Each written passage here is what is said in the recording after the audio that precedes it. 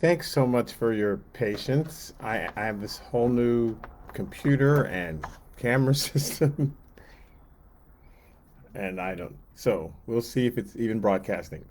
So thanks to a few of you who waited this long. Um, my name is Douglas Griffin. This is my Wednesday night Bible study. Book of John. We're in John chapter 12, and we're studying the last.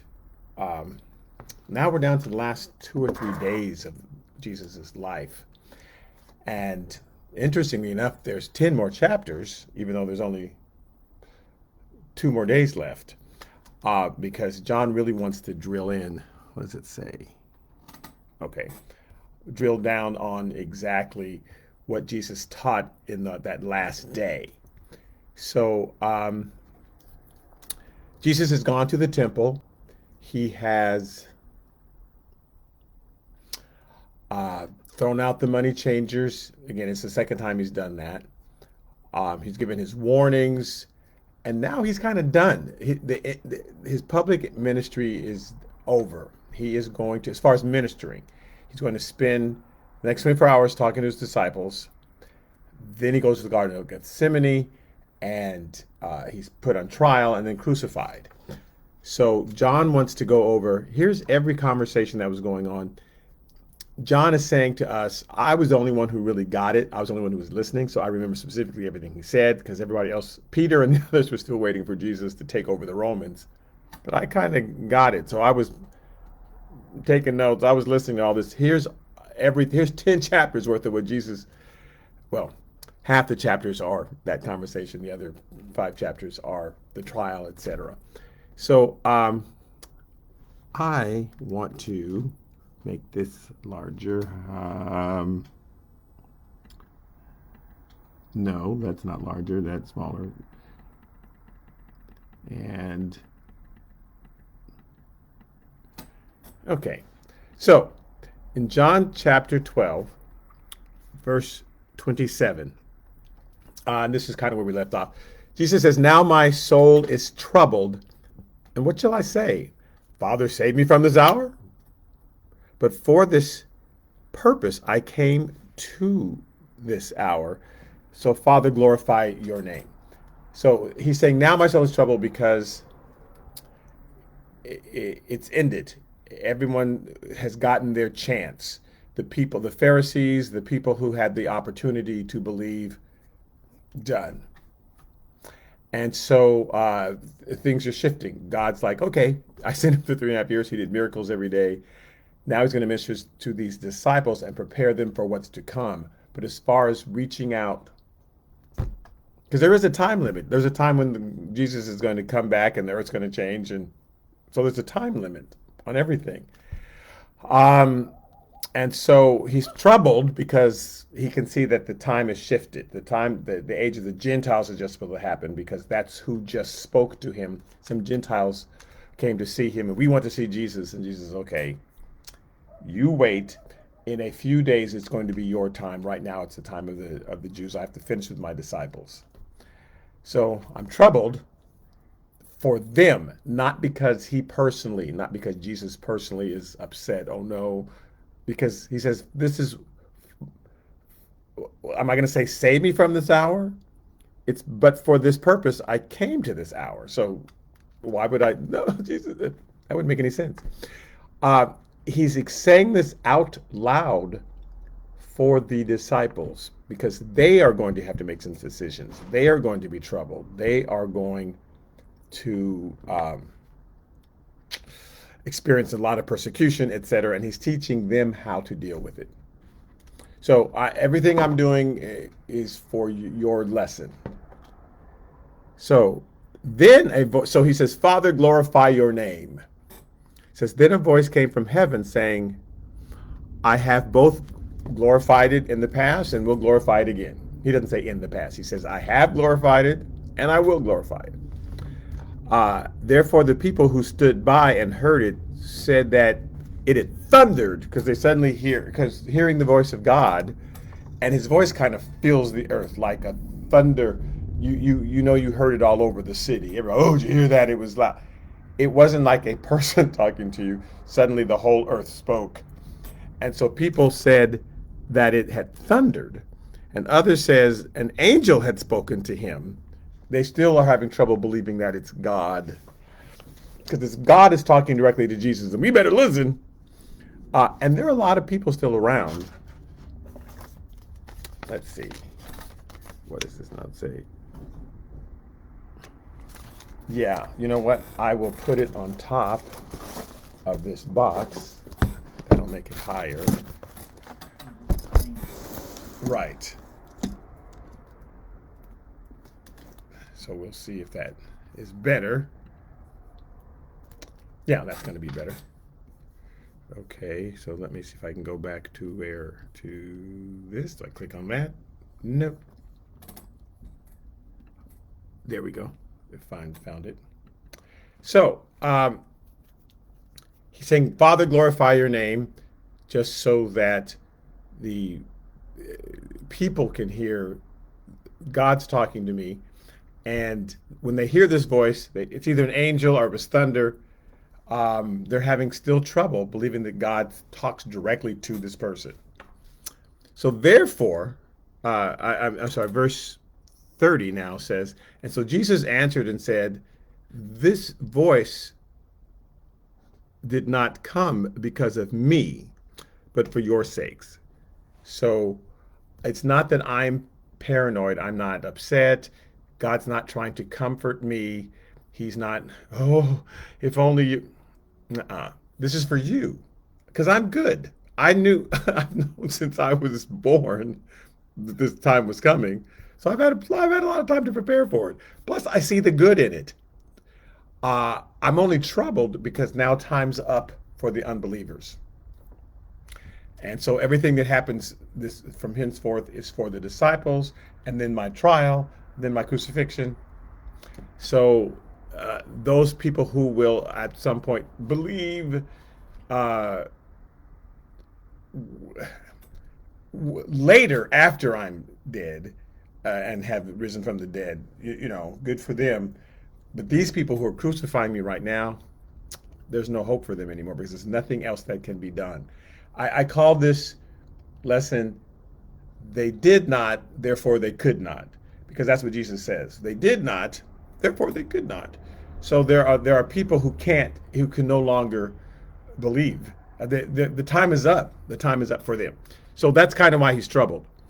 This is what he goes on to say. So again, when God speaks to him, that voice was for you, not for me. There are two other times that we know of that God spoke to Jesus just right out loud like that. It's recorded. One's recorded in Matthew chapter 3. Started with verse 16. It says, and when he had been baptized, Jesus came up immediately from the water, and behold, the heavens were opened to him, and he saw the Spirit of God descending like a dove and alighting upon him. So no one knows who Jesus is at this time. The disciples, I don't think he even has disciples at this point. No, yeah, Jesus is just showing up. Hello. And John the Baptist recognizes him, and says, whoa. But no one else knows who this person is. And Jesus has been there for a few days. We found that out at the beginning of John. He'd been there kind of watching what was going on. And then now, on the exact day that he's supposed to be baptized, the exact date that Daniel had predicted 483 years earlier, he gets baptized. And then a voice from heaven says, and suddenly a voice came from heaven saying, this is my beloved Son in whom I am well pleased. So God identifies him immediately. I want everybody to know this is my beloved son. And that becomes the course of arguing for the next 3.5 years. Who do you think I am? Who do you say that who do you think you are? So God starts off, because God's very clear, this is my beloved Son in whom I'm well pleased. He's doing exactly what I want him to do.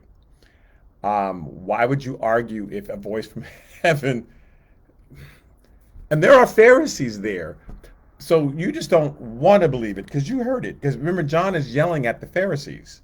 Who warned you to come and be, prove your repentance by the fruit it bears? If you're just doing this so you can look good with all the crowd, and there were politicians in that day too, all these people are getting baptized, so the politicians said, we should go down and get baptized so we can act like we're some of them and then get their votes. So they keep us in as Pharisee.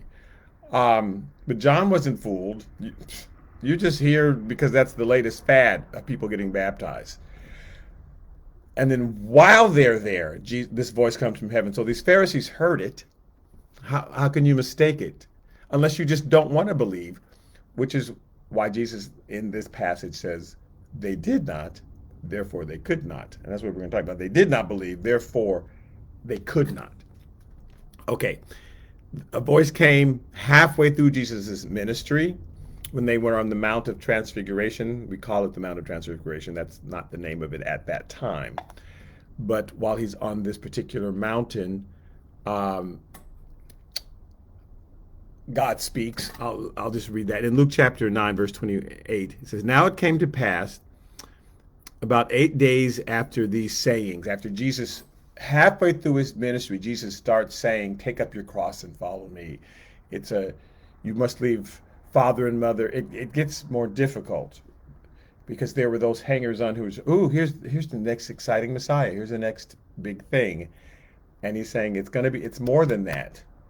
You're going to, for you first followers, it's going to be very heavy. And so he changes about halfway through. It's not because they're still thinking, everyone's still thinking, he's taking us to Rome. And he's going to get rid of the Romans, and he's going to anoint himself as king, and then I'm going to sit at his right hand and his left.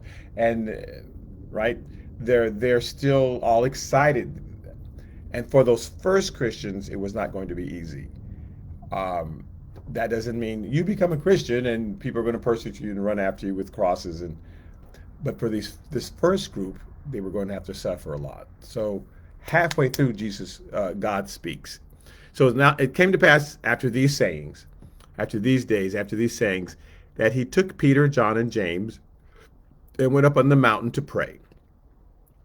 And he prayed, and this is up in Galilee, in the Galilee area, when Jesus tells his disciples on the last, right before he's crucified, meet me in Galilee. After I'm crucified, meet me in Galilee. And then even later, when he comes back, meet me in Galilee, he means that same mountain where this happened. Because there were Gentiles who were there in the city all around, and that's where he wants to give them their final lessons. So he's on this mountain halfway through his ministry, and it says, and he prayed, and the appearance of his face was altered, and his robe became white and glistening, and behold, excuse me, and behold, two men talked with him who were Moses and Elijah. So suddenly Moses and Elijah are there representing the law and the prophets. And that's a long story to get into when we are in the book of Luke, who appeared in glory and spoke of his decease, spoke of his death. They talked to him, yes, you're going to die, and this is fulfillment of this. You are the fulfillment of all these prophecies. Because he's answered to two things. You are the answer to the law. That's why Moses is there. God said, if you can fulfill this whole law, I will bless you. And you're the only person, this law is apparently written for you, and you fulfilled it. You lived this perfect life.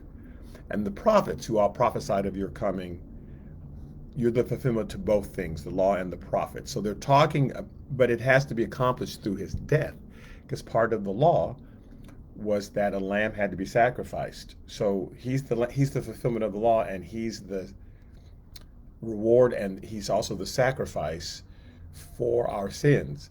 So they're talking to him about the death, which will complete everything that was prophesied for him. They're talking to him about his decease, it says, which he was about to accomplish at Jerusalem. But it says, but Peter and those with him were heavy with sleep. And when they were fully awake, they saw glory and the two men who spoke with him. Because that's what, a lot of times that happens when the glory cloud comes. It's just so heavy, it just kind of knocks you out. It's not like they were sleepy, and once this glory appeared, it kind of knocked them. But when they woke up from the glory, it says, and then it happened as they were, parting from him, as Elijah and Moses are about to leave, that Peter says to Jesus, Master, it is good for us to be here, and let us make 3 tabernacles, one for you, one for Moses, one from Elijah, not knowing what he said. This is the writer of Luke is saying he didn't realize how stupid that was, because they're not equals. Jesus, Moses, and Elijah are not equals. You each get a tabernacle. No, yeah. So God corrects him. So it says, while he was speaking, then a cloud came and overshadowed them, and they were fearful as they entered the cloud. I mean, suddenly, because it was just the glory was enough, the brightness, but now this cloud, something surrounds them, like, uh-oh. Kind of like the cloud that came down on Mount Sinai. So they're scared, like, what did we do wrong? And a voice came out of the cloud saying, this is my beloved son, hear him. Peter, zip. Why, Peter, must you always, Peter always had something to say. Jesus would say, I'm going to Jerusalem to be crucified. No, you won't. Okay, Peter, stop. One of you is going to deny me. I'll never deny you. Okay. So Peter said, but listen, that's his gift. Peter's going to speak up and just say something. Finally, after Jesus had been crucified and resurrected, Peter's now saying great things because he's the bold one. But his boldness kept getting him in trouble before Jesus was resurrected. Finally, at the end, Peter kind of got it. But he loved to argue. Well, okay, that's another long story. So it says, this is my beloved son. Hear him. Don't worry. Just like he said when at his baptism, this is my son. This is my son. There's no other. Stop being distracted by all these other gods and people that you want to worship. If you don't understand who Jesus is, you're not going to be saved. He's not just one of the prophets. You have to understand what he is in order to get your salvation. So this is my beloved son, hear him. And it says, and when the voice had ceased, excuse me, I'm going to sneeze again, Jesus was found alone. So God says, because they were leaving anyway, and so now Jesus is by himself so that God can be clear to, thank you. So that, this is just about Jesus. It's not about anybody else, Peter. And it's certainly not about you. So he's all by himself. Now, this is the 3rd time that God speaks. And it's the same message every time.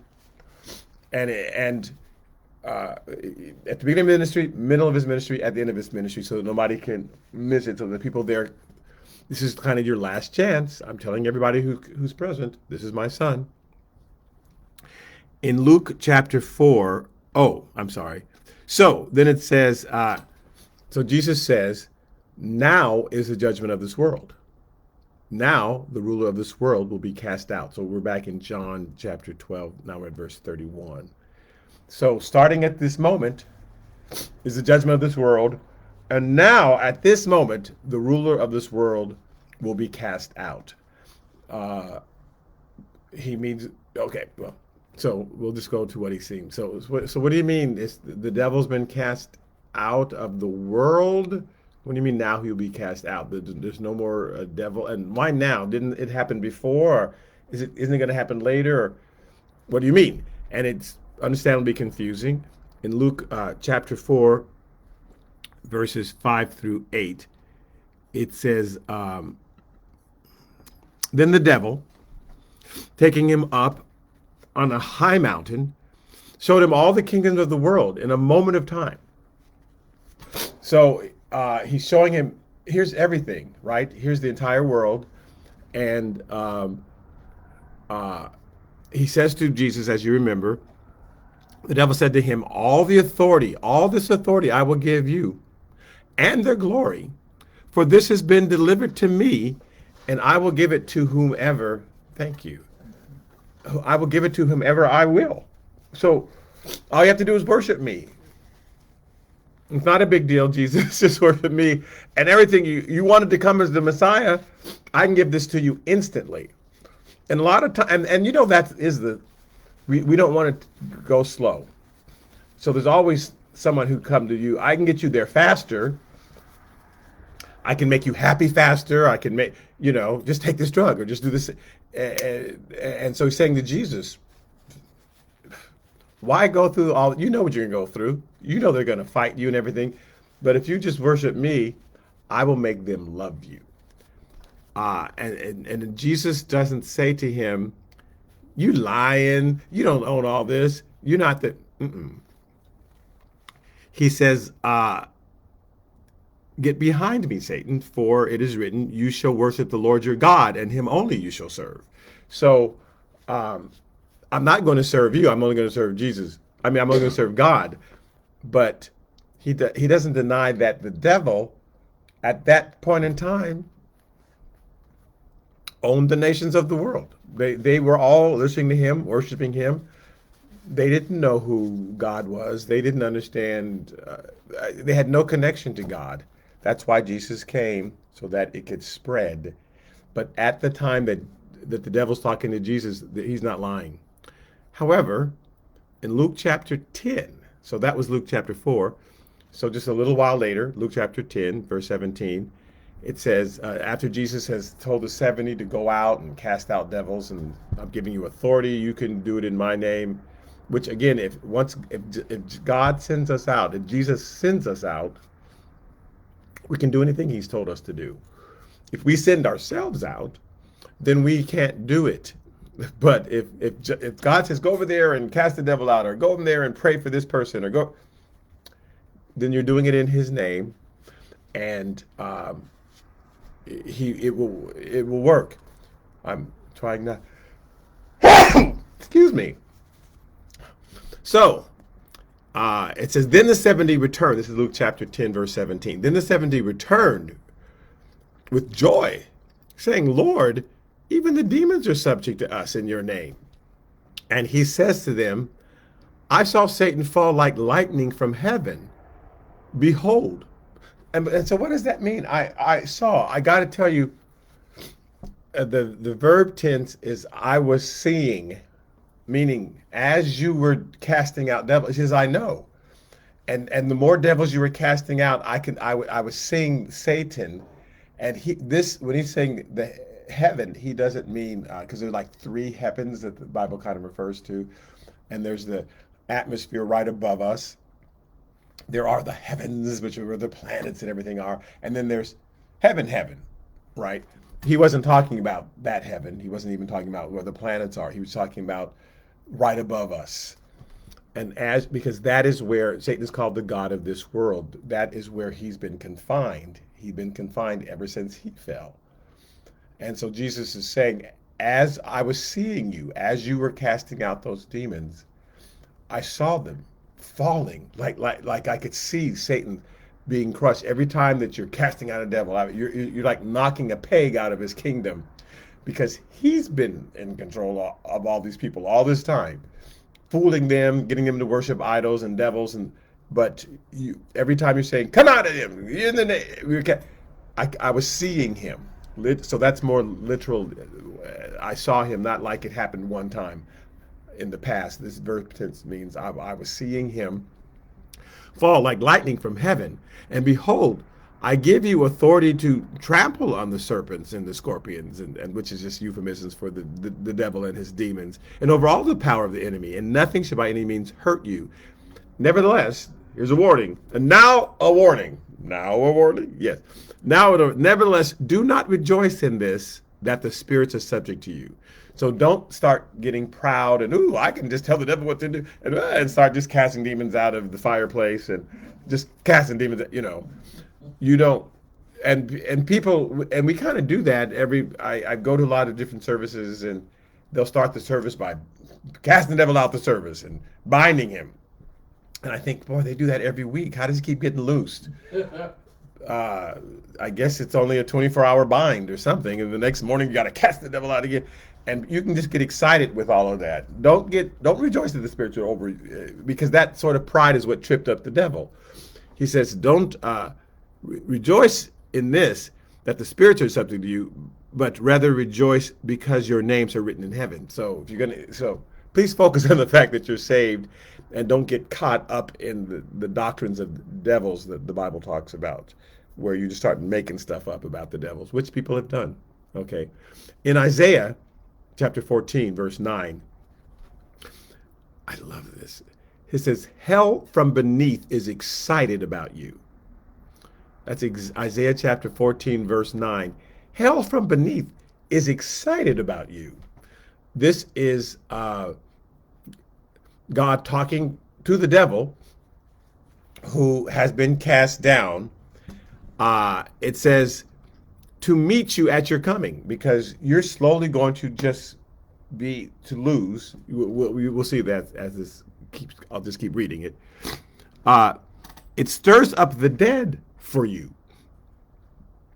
All the chief ones of the earth, all those kingdoms that have been, that were wicked, Babylon and Assyria, all these wicked kingdoms, devil, they're just going to plot, oh, good, come to us. You're falling down. Well, here's what it says. It is raised up from their thrones all the kings and all the nations, and they all shall speak and say to you, have you also become as weak as we? You're also a mess. You're also been dethroned like we have, because I thought my kingdom would last forever.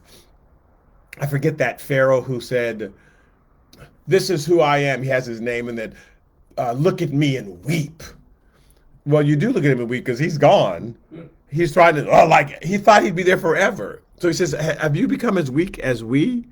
So they also speak to you and say, have you become as weak as we? Have you become like us, devil, who thought you were so haughty?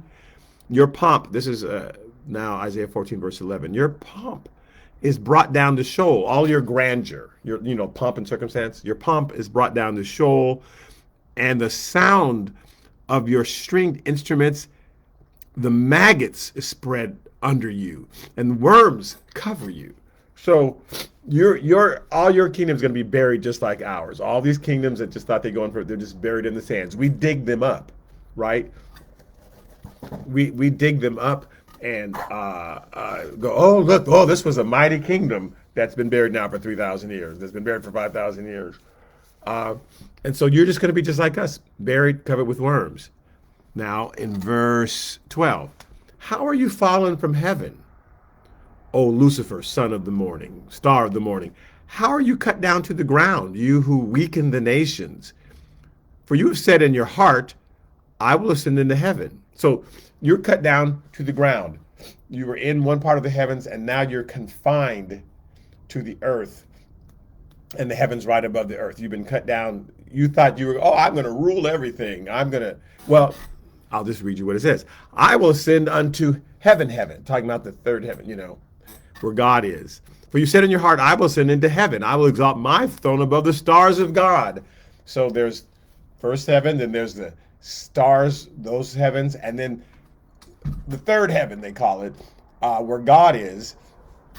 And again, God is not up. God's all around us, but figuratively speaking, I'm going to ascend above the stars and the planets and go to heaven. So I'll exalt my throne above the stars of God. I will also sit on the mount of the congregation on the farthest sides of the north. I will ascend above the heights of the clouds. I will be like the Most High. Yet you shall be brought down to Sheol, to the grave, to Hades, to be to the lowest depths of the pit. So eventually, even though you're confined and you've been brought down to the ground, you will eventually end up in the lake of fire. You will eventually end up there. So now you've been confined. You've been kicked out of the first heaven, the highest heavens, the heavens and you've been confined to the heavens above the earth. And they call him the God of this world, the God of the spirits of the power of the air. The devil kind of had little kingdoms here right above the earth where he was able to influence nations to attack other nations. But you will be brought down all the way. And so Jesus is saying to the disciples, I was witnessing it as you were casting out devils, because things have now changed. Now this world is judged. Now the prince of this world has been cast out, even of the heavens, of his throne where he was ruling, because now people have something to turn to. They're all those nations that were fooled by him. They didn't know any better, but Once I go to the cross, that's going to change. This Christianity is going to spread across the face of the earth. At this point in time, let's say there's 50 million people on the earth, but there's only 12 Christians, which is that's not a good percentage. But it has spread, it has changed, where, Christians were 0.1% of the earth were Christians, and then 10%, and then 20%, and then 30%, and then 40% of the people. It's growing and growing. The people who are Christians believe in God.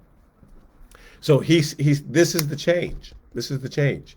Where there was just one small nation, just Israel, who even knew anything about God, had any kind of relationship with God, and the rest of the nations were in darkness, and the devil was able to control them.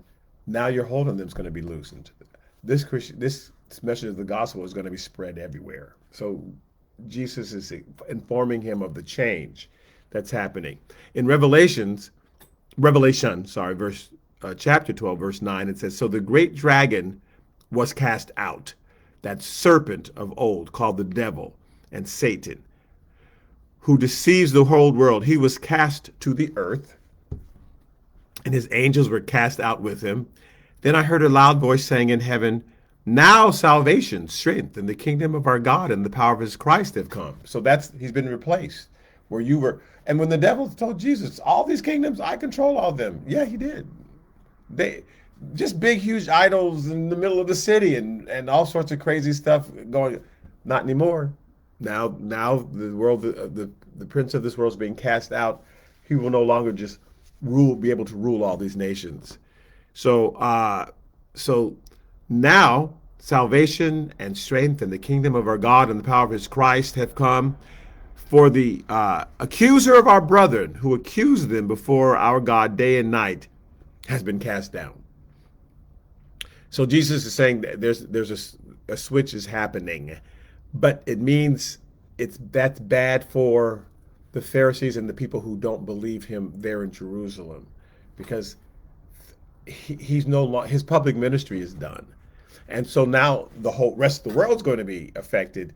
But the Jews in Jerusalem who did not believe, because there were plenty of Jews who did believe, but the Jews who did not believe, their time is up, and now it's going to spread.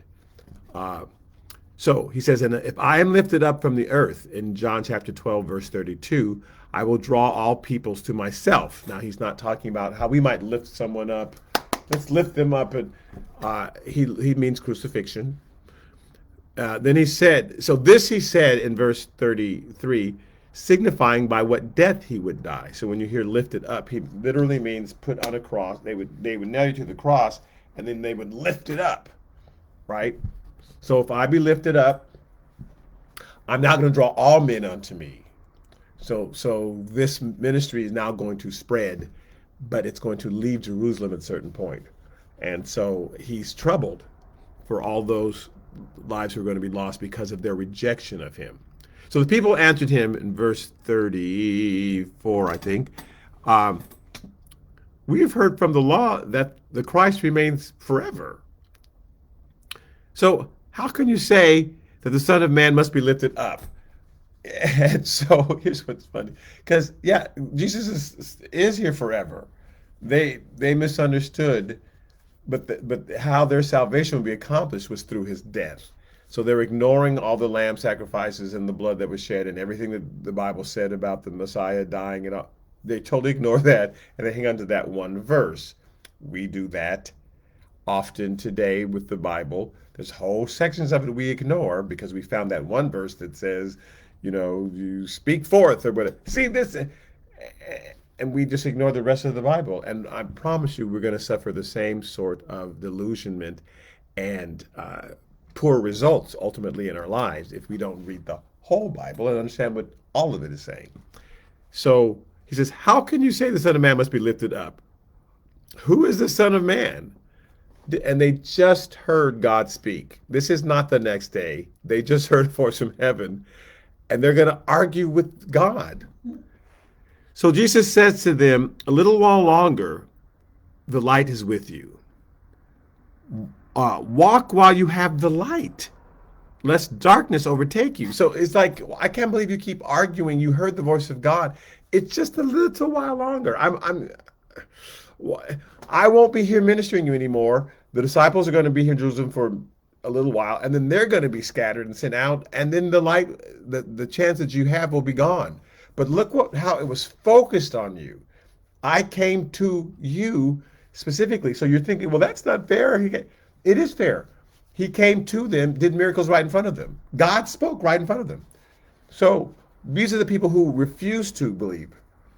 And he's going to address that in just a second. So walk in the light, lest the darkness overtake you.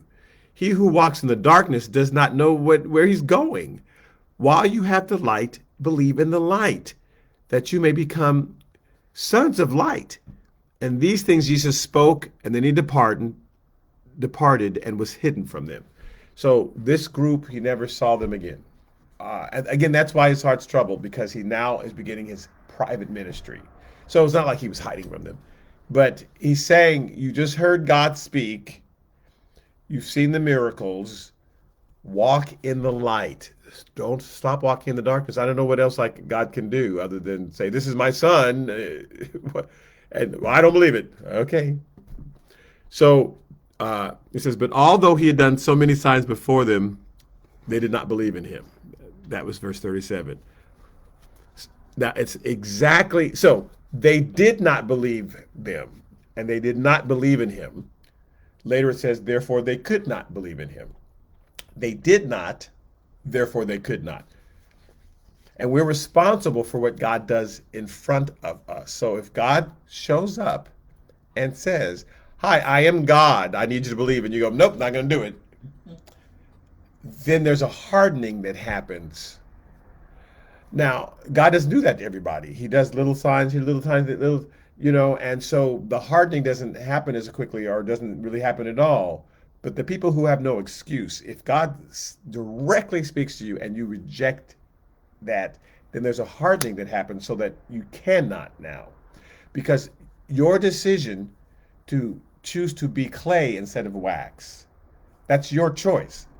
I showed up right in front of you and did a miracle right in front of you. You heard God speak. It sounded like thunder, but you heard God speak. I mean, it filled the sky like this. It's not like they heard, they heard words, and it thundered. But they said, "Oh, that was just thunder. That's just my imagination. That couldn't have been God speaking." Okay, that's your choice. So when you choose to ignore what's happening right in front of you and you choose, it's like, I don't want it.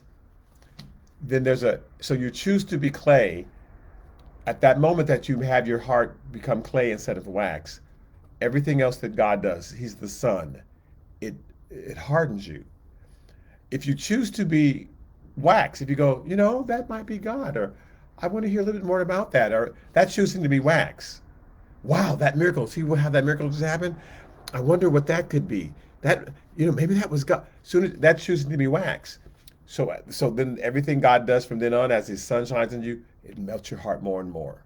So the choice is always ours, but then the hardening process or the melting heart process begins. So you choose to be wax, God then just hardens. For example, Exodus chapter 8, verse 8, that Moses is in front of Pharaoh. There are frogs everywhere, everywhere, everywhere. In the bathroom, everywhere, in the cabinets, they in the microwave, okay. Then Pharaoh called for Moses and Aaron and said, entreat the Lord that he may take away the frogs from me and from my people, and I will let the people go, that they may sacrifice to the Lord. And Moses said to Pharaoh, accept the honor of saying when I shall intercede for you. You decide. Because I don't want you to mistake that it just happened accidentally.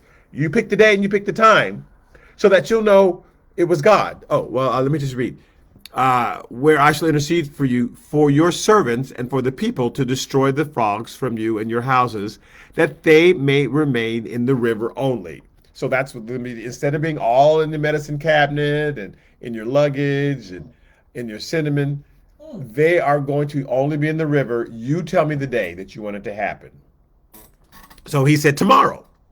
And Moses says, let it be according to your word, like as soon as tomorrow. So it's not going to be slowly take a month for all these frogs to leave. When you get up tomorrow, they'll be gone. That you may know that there is no one like the Lord our God. So that's why you got to pick, so that you'll have no doubt that it was you who decided, and it wasn't you said it, and this is for you, so that you may know. Then Moses and Aaron went out from Pharaoh, and Moses cried out to the Lord concerning the things which he had brought against Pharaoh. So the Lord did according to the word of Moses. And the frogs died out of the houses and out of the courtyards and out of the fields, and they gathered them together in heaps, and the land stunk. But when Pharaoh saw that there was relief, he hardened his heart. He chose to be clay. That's his choice, and did not heed them. So as the Lord had said, I mean, God had warned. So this is Pharaoh's choice.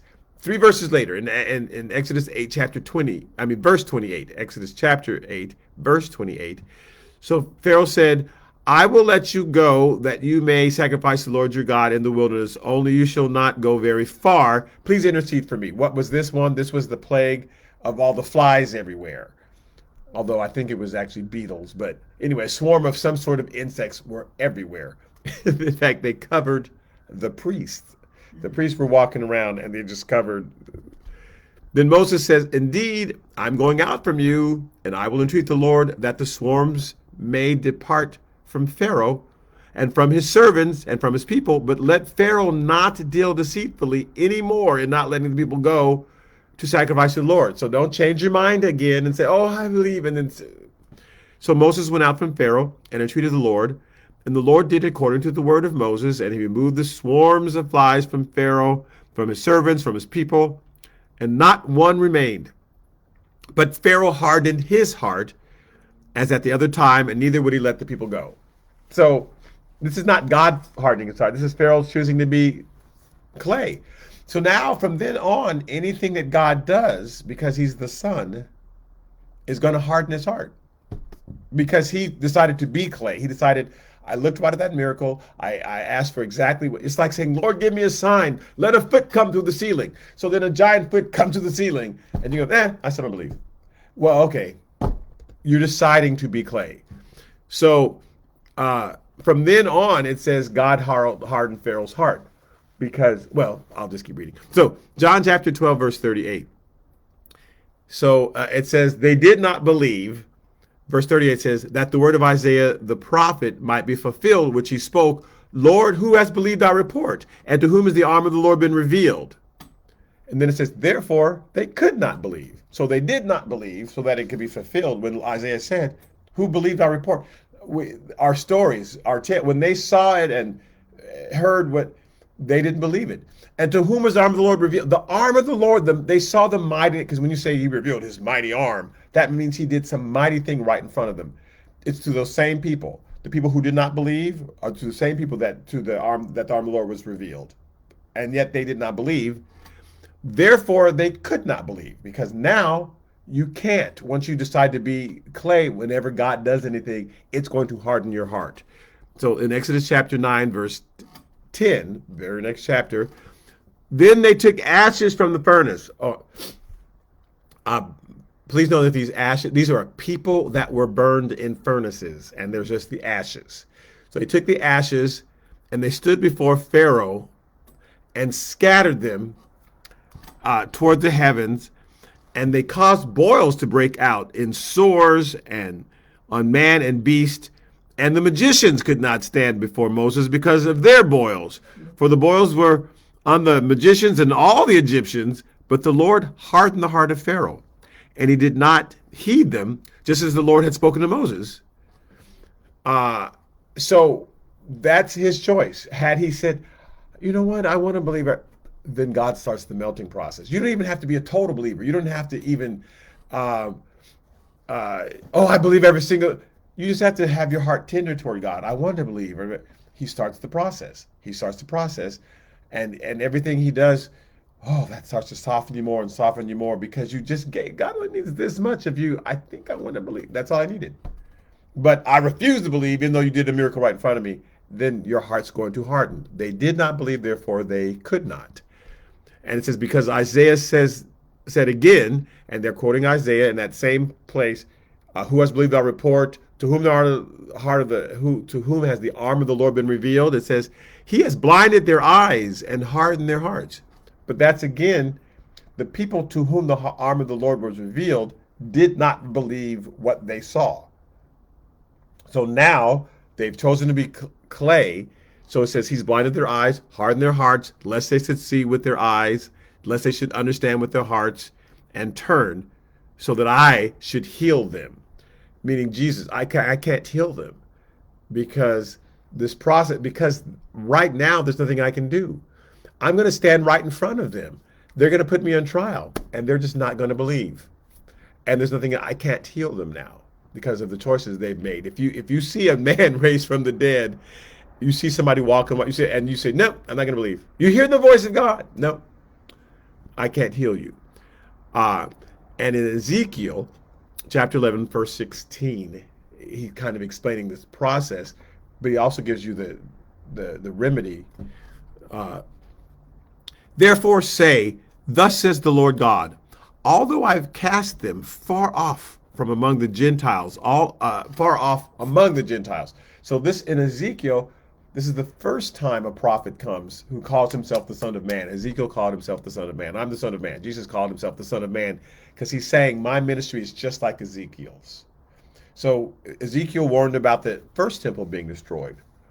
Ezekiel warned, you're denying these miracles. And the first temple was destroyed. He says, I'm predicting this second temple is going to be destroyed. I'm also the Son of Man. And so Ezekiel's telling him in advance, you're going to be scattered. Which is what happened. The Assyrians came and took the people from the north. The Babylonians came and took the people from the south. They were scattered all over. So therefore say, thus says the Lord God, although I have cast them far off among the Gentiles, although I have scattered them among the countries, yet I shall be a little I shall be a little sanctuary for them in the countries where they have gone. So I'll still protect them and give them an opportunity. Therefore say, thus says the Lord God, I will gather you from the peoples, I will send you from the countries where you have been scattered, and I will give you the land of Israel, and they will go there, and they will take away all of the detestable things. So I'll be able to bring you back to Israel. Even though I've scattered you, you're going to come back to Israel, and you will take away all its detestable things, all the idols and all the horrible things that have been constructed while you've been gone, and all its abominations from there.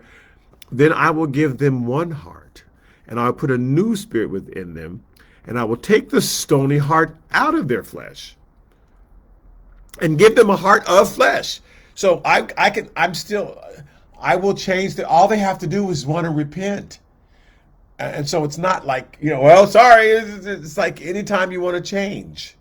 But until then, because you've rejected such a great salvation, and that's why Jesus was weeping when he was about to go to Jerusalem. You've rejected this great salvation. If you will just turn, but until then, you're going to have a heart of stone.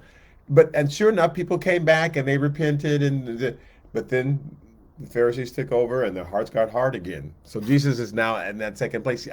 He's quoting Ezekiel to them. He's quoting Isaiah, saying you're in the same position, but this time when you get scattered, it's going to be for a long time. And in fact, the children of the Jews were not brought back to Israel for 2,000 years.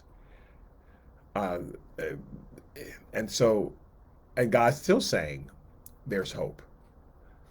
If you're wanting to believe, he's always there. I will take that heart of stone and I'll make it a heart of flesh, that they may walk in my statutes, keep my judgments, and do them, and they shall be my people, and I will be their God. So God still knows that there's still hope, but sometimes it takes this severe punishment. Sometimes it takes for people to wake up and say, wow, this is happening because of my actions. You got to look back at a certain point and say, I was given an opportunity, and I said, no, I think it's me. I think it was me.